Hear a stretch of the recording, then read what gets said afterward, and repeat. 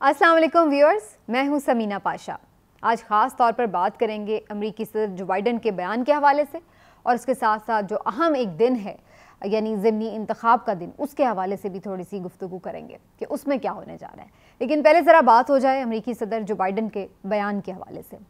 अच्छा जी, बहुत सारे लोग इस पर बड़ा तबसरा तज्जिया कर रहे हैं कि जी बड़ा कोई उसने बयान दे दिया है एग्रेसिव किस्म का, तो बड़ी कोई पता नहीं परेशानी की बात है, बड़ा गम गुस्सा आना चाहिए। मुझे तो ना ही अमरीकी सदर के बयान पर कोई हैरत हुई है, ना मुझे किसी किस्म की कोई, अगर आप कह लें कि अचंभे की बात लगी है ये, क्योंकि ये तो उनकी एक रूटीन प्रैक्टिस है। ये वही बात है कि जो वो हमें समझते हैं वो उसी तरह हमें ट्रीट करते हैं। उन्हें जो उनके मफादात के हिसाब से सूटेबल लगता है वही वो बात करते हैं। तो उन्होंने कोई ऐसी अनोखी अनहोनी बात नहीं कर दी जिसके बारे में हमें जो है वो इतना फ़िक्रमंद होने की ज़रूरत है, क्योंकि हमें तो आदत है ये सब सुनने की कि जनाब आप दहशतगर्द हैं, आप ये हैं, आप वो हैं, आप बुली हैं, आप खित्ते का अमन ख़राब करते हैं, आप दहशतगर्दी को फ़रोग़ देते हैं। हमें तो सब सुनने की आदत है। और फिर मज़े की बात यह है कि जब हमें कोई ये सब कुछ सुनाता है तो हमें बुरा भी नहीं लगता। तो माशाल्लाह से इस किस्म का हमारा एक डेवलप हो चुका है जीनियाती निज़ाम कि जिसमें हमें कोई गैरतमंदी महसूस ही नहीं होती है ना, कि भाई अगर कोई हमें बुरा भला कह रहा है और अननेसेसरीली कह रहा है तो हम उसके ऊपर किसी किस्म पे गुस्सा का इजहार करें या हम कहें कि नहीं जी वाकई। पहली बात तो ये है कि वो तो वही कहेगा जो हमने उसको अपनी कहते हैं ना कि वो आपको बार बार आपकी औकात याद दिलाता रहता है कि भाई तुम अपनी औकात में रहो। तो वो वाला, सॉरी टू से, ये वर्ड्स सुनने में कहने में अच्छे नहीं हैं लेकिन फैक्ट बेस्ड हैं। सुनने में तो फिर ये भी अच्छा नहीं है कि हम बेगर्स आर नॉट चूज़र्स, हम भिखारी नहीं हैं, हम भिखारी हैं और चूज़र्स नहीं हो सकते। लेकिन फैक्ट को आप कहते हैं ना जी फैक्ट हैं, तो इसलिए फिर आप उसको उस तरह से एक्सप्लेन करते हैं। बात ये है कि अमरीकी सदर जो बाइडन ने आपको आपकी औकात दिखाई, फिर से आपको फिर से वही ट्रीट किया जैसे कि वो हमेशा से ट्रीट करते चले आ रहे हैं। लेकिन असल बात ये हैरानी की नहीं है, असल बात तो ये है कि हम उसके ऊपर रिएक्ट क्या कर रहे हैं, उसके ऊपर हम रिस्पॉन्ड क्या कर रहे हैं। अब मज़े की बात यह है कि इस पर भी बहुत सारे लोग बड़ा गम गुस्से का इजहार कर रहे हैं कि जी हमारी गवर्नमेंट की तरफ से, हमारी रियासत की तरफ से उस तरह का मुंह तोड़ जवाब नहीं दिया गया उनके स्टेटमेंट के ऊपर। उसने कैसे हमें ख़तरनाक, मतलब उसने एक बड़ा एग्रेसिव स्टेटमेंट दिया है कि भाई आपका जो मुल्क है वो ख़तरनाक तरीन मुल्कों में से है और आपके जो असे हैं जौहरी, वो भी, उनका भी जो सिस्टम है कमांड एंड कंट्रोल का, वो भी कोई महफूज नहीं नज़र आता। वो भी हमें एक जिसको कहते हैं जो एक उसका होना चाहिए रेगुलेशन का निज़ाम आप कह लें, या जिसको कहते हैं कि मुनज़्ज़म नहीं है आपका वो सिस्टम भी। तो वो इस किस्म की उसने गुफ्तगू की और उसके ऊपर जो है, अब अगर ये आप एक्सपेक्ट कर रहे हैं इस गवर्नमेंट से, वो गवर्नमेंट जो आने से पहले ही ये कह रही है कि इमरान खान ने एब्सोल्युटली नॉट क्यों कह दिया, वो तो बड़ा कोई अमेरिका को नाराज़ कर दिया, बैगर्स आर नॉट चूज़र्स, इस तरह की बात कर रहे हैं। और जो आपके वज़ीर दिफा है ख्वाजा आसिफ, वो ये बात कह रहे हैं कि हम तो वेंटिलेटर पर हैं, सपोर्ट मशीन पर हैं, तो हम कैसे उनके साथ पंगे ले सकते हैं। तो जो लोग इस किस्म की जहनीत के मालिक हों, उनसे अगर आप ये एक्सपेक्ट करें कि वो जनाब मुंह तोड़ जवाब दे देंगे कोई, और कोई उनको चुप करवा देंगे ऐसा सख्त रिस्पांस दे के, तो ये तो फिर हमारी अपनी बेवकूफ़ी है कि हम अगर इन लोगों से ऐसी कोई चीज़ एक्सपेक्ट करते हैं। और उन्होंने बिल्कुल, मुझे तो कोई हैरान नहीं किया किसी ने अगर ऐसा जवाब नहीं दिया, बल्कि मैं तो ये कहूँगी कि मैं तो उनसे एक्सपेक्ट ही नहीं कर रही थी। इस पर जो हमारे मुख्तलिफ लोगों के बयानात आ रहे हैं वो क्या आए हैं, मैं थोड़ा सा आपको एक्सप्लेन कर देती हूँ। बिलावल भुट्टो साहब जो हमारे वज़ीर ख़ारजा हैं, वो तो उनका स्टेटमेंट सुन के तो आपको लगेगा कि वो उनके स्टेटमेंट को, यानी जो बाइडन के स्टेटमेंट को बाकायदा जिसको कहते हैं ना डिफेंड कर रहे हैं, वो वाली सिचुएशन है कि नहीं उन्होंने ये बयान कोई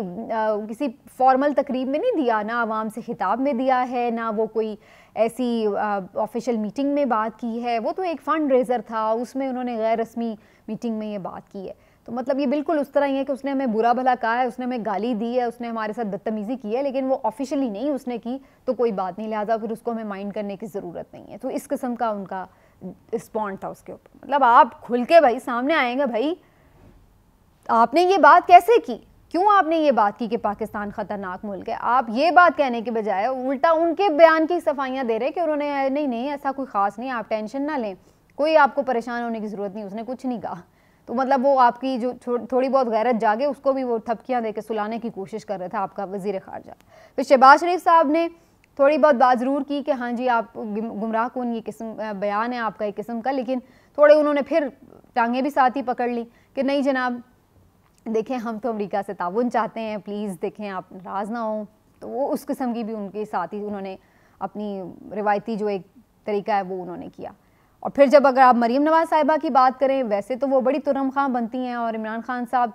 के बारे में बात करते हुए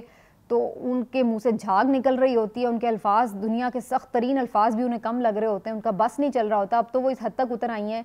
कि गालियों से मुतशाबे अल्फाज जो हैं वो भी इस्तेमाल करने से वो बाज नहीं रहती हैं।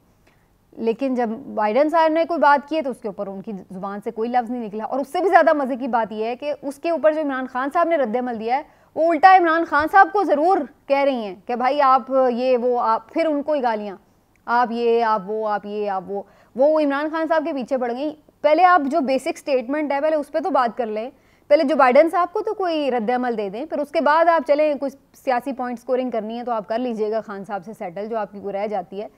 लेकिन कम से कम उनको जवाब देना है, पहले उसके ऊपर तो बात कर लें। उसके ऊपर कोई एक लफ्ज़ नहीं उन्होंने मुंह से निकाला, ना कोई ट्वीट में जिक्र किया।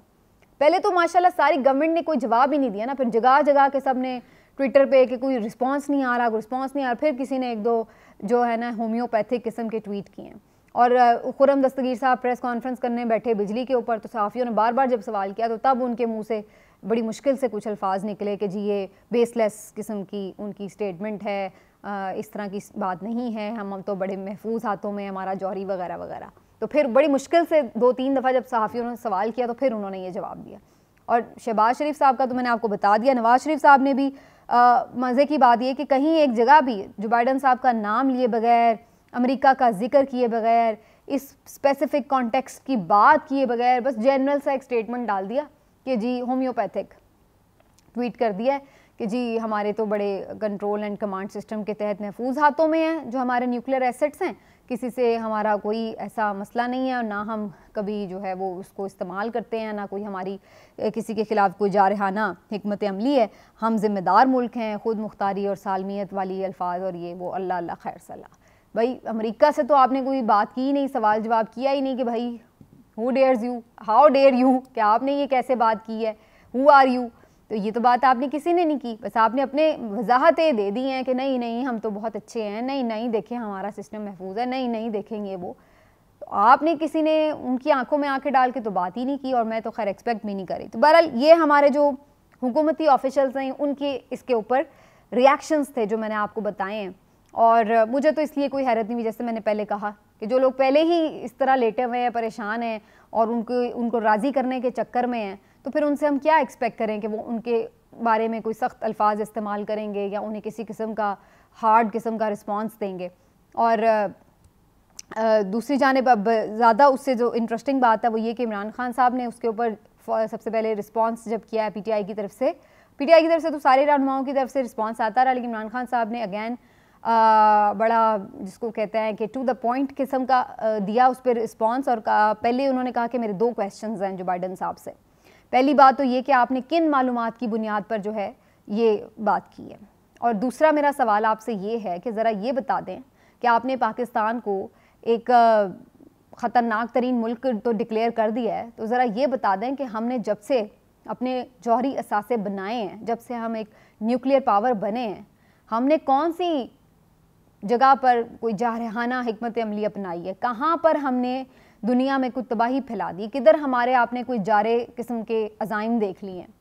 जब हमने किसी किस्म की गैर जिम्मेदारी का कभी मुजाहरा ही नहीं किया, कभी हमारे तो इस तरह के अज़ाइम ही नहीं रहे कि हमने किसी के ऊपर चढ़ाई कर रही हैं, तो फिर आप किस हैसियत से हमें ख़तरनाक जो है वो करार दे रहे हैं और किस हैसियत से जो आप हमारा न्यूक्लियर सारा सिस्टम है उसके ऊपर क्वेश्चन रेज कर रहे हैं। और फिर उन्होंने साथ ही बात कही कि एज ए प्राइम मिनिस्टर जो मैं रह चुका हूँ, मैं ये जानता हूँ कि हमारा जो सिस्टम है वो कितना सिक्योर है। तो उन्होंने बड़ा टू द पॉइंट और बड़ा उनको मुखातिब करके क्वेश्चन भी किए और उसके साथ साथ उसको अच्छे से बता भी दिया। और ये कोई पहली दफ़ा नहीं है, इमरान खान साहब ने इससे पहले आपको याद होगा डोनाल्ड ट्रंप ने जब 2018 में एक ट्वीट किया था, एक इंटरव्यू में भी ये बात की थी, उसमें वो ये बात कर रहे थे जी हमने इतने डॉलर्स लुटा दिए पाकिस्तान के ऊपर और पाकिस्तान ने दहशतगर्दी की जंग में हमारे लिए क्या किया, उल्टा हमारा जो प्राइम वांटेड बंदा था उसामा बिन लादेन उसको भी लेके बैठा रहा है अपने छुपा के अपने पास। तो इस तरह करके बड़े सख्त ट्वीट किए थे डोनाल्ड ट्रंप ने। तो उस पर भी उस वक्त भी इमरान खान साहब ने उसको, हालांकि उस वक्त पहली दफ़ा इक़्तिदार में आए थे, कुछ देर हुई थी, 2-4 महीने ही हुए थे इक़्तिदार में आए हुए, उन्होंने ठीक ठाक स्ट्रेट ये बात की थी कि मैं ये बिल्कुल रिकॉर्ड की दुरुस्तगी के लिए ज़रा ट्रंप साहब आपको बता देना चाहता हूँ। और फिर उन्होंने पूरे फैक्ट्स एंड फिगर्स के साथ बताया कि हमने दहशतगर्दी में 75,000 जानें कुर्बान की, इतने बिलियन का हमारा नुकसान हुआ है डॉलर्स का, और उसके अलावा हमारी जो पूरी अपनी एक मईशत है उसका नुकसान हुआ, हमारा जो जानी नुकसान हुआ, जो ओवरऑल हमारे इमेज को नुकसान हुआ, अफवाज पाकिस्तान की जो कुर्बानियाँ थी, ये सब मिलाकर आप देखें तो आपकी इमदाद तो कुछ भी नहीं है जिसकी आप बात कर रहे हैं। हम तो आपके जंग के चक्कर में रगड़े गए हैं। तो बड़ा ठीक ठाक उन्होंने उनको भी फैक्ट्स के साथ जवाब दिया था कि भाई आपने ये बात कैसे की है। लेकिन ये वो बातें हैं जो कि अब अगैन इस हुकूमत से हम एक्सपेक्ट नहीं कर सकते, क्योंकि ये तो उनको राज़ी करने के पीछे पड़ी हुई है। हम ये बात बिल्कुल नहीं कहते कि किसी को नाराज़ करना है, लेकिन बात ये कि अगर कोई आपके ऊपर डोमिनेंट होने की कोशिश कर रहा है और अननेसेसरीली आपका इमेज ख़राब करने की कोशिश कर रहा है कि जी पाकिस्तान को जी अब सुपर पावर जिसकी बात लोग सुन रहे हैं वो इस किस्म की बयान दे कि जी ये मुल्क फ़लाँ जो है ये बुली है, ये डेंजरस है, ये इस किस्म का आपका इमेज बनाए, तो फिर आप क्या एक्सपेक्ट करते हैं कि वो फिर क्या होगा आपके मुल्क के साथ। तो ऐसी सूरत में अगर उन्हें टिका के जवाब ना दिया जाए तो वो तो फिर आपके ऊपर और हावी होंगे, और ये तो उनकी मेंटालिटी है, जितना आप उनके आगे लेटते जाएंगे उतना आपके ऊपर चढ़ाई कर देंगे। तो इससे बेहतर ये है कि आप उनके सामने खड़े होंगे तो फिर ही आप अपनी इज्जत करवाएंगे, जो कि इमरान खान साहब कहते हैं। लेकिन बात यह कि इमरान खान साहब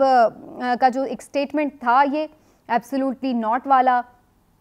उस वक्त तो लोग शायद नहीं मानते होंगे, क्या हम गुलाम हैं, उनका ये सवाल उस वक्त तो शायद लोग नहीं मानते होंगे। लेकिन अगर अमेरिका की जानिब से इस किस्म की चीज़ें होंगी तो फिर लोग ये सोचने पर मजबूर हो जाएंगे कि शायद इमरान खान साहब वाकई सही कहते हैं। कल अहम इलेक्शन भी होने जा रहा है, ज़िमनी इंतखाब भी है, और उससे एक दिन पहले इस किस्म का अमेरिका की तरफ से स्टेटमेंट आना, और वो भी उस वक्त जब हमारे हाई ऑफिशल्स, चाहे मिलिट्री क़यादत हो चाहे सियासी क़यादत हो, महीना महीना अमेरिका में गुजार के मुलाकातें करके अपने आप को बड़ा चैम्पियन दिखा रही थी कि जनाब देखिए हमने तो बड़े अमेरिका के साथ ताल्लुकात अच्छे कर लिए, और उनके आने के तशरीफ़ आवरी के चंद दिन बाद इतनी बड़ी स्टेटमेंट अगर जो बाइडन दे देता है तो वो फिर आपके अपनी जो हुकूमत की कारकर्दगी है उसके ऊपर एक तमाचा ही है कि भाई ये उसने आपकी तमाम मुलाकातों का जवाब दिया है।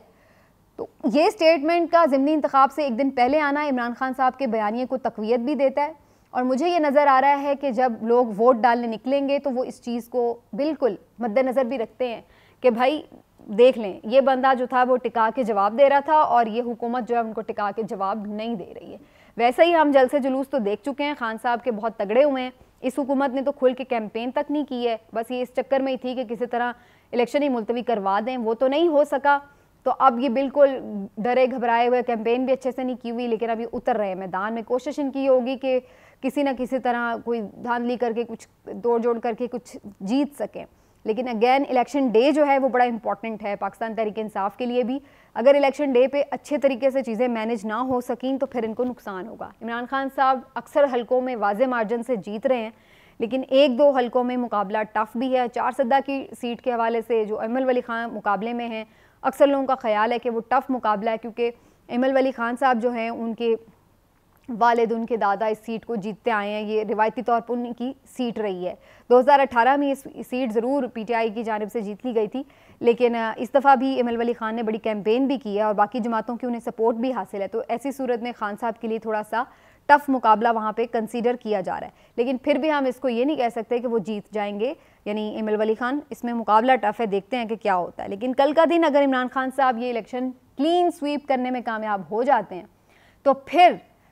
बहुत ही मुश्किल होगा इस हुकूमत के लिए इस तरह से सस्टेन करना, क्योंकि ये एक बहुत बड़ा जिसको कहते हैं सेटबैक होगा इस हुकूमत के लिए कि आप हुकूमत में हैं, सब कुछ है आपके पास, तमाम पावर्स हैं, तमाम जमातें मिली हुई हैं, और लोगों को ये मालूम है कि इमरान खान साहब ने आके असेंबली में भी नहीं बैठना, लेकिन इसके बावजूद वो अगर उनके साथ खड़े हैं तो इसका मतलब है कि वो इमरान खान साहब के नैरेटिव को सपोर्ट कर रहे हैं। तो अगर ये बात की जा रही है कि ये एक रेफरेंडम है बयानिए की जंग का, और ये पता चलेगा कि किसका बयानिया आवाम के दिलों में घर कर रहा है, तो ये गलत ना होगा। बहरहाल ये बड़ा इंपॉर्टेंट डे होगा, इसके हवाले से ख़ास तौर पर कल हम बात भी करेंगे, व्लॉग भी करेंगे, तो आप हमारे साथ जुड़े रहिएगा। इंशाल्लाह कल फिर मिलेंगे। अल्लाह हाफ़िज़।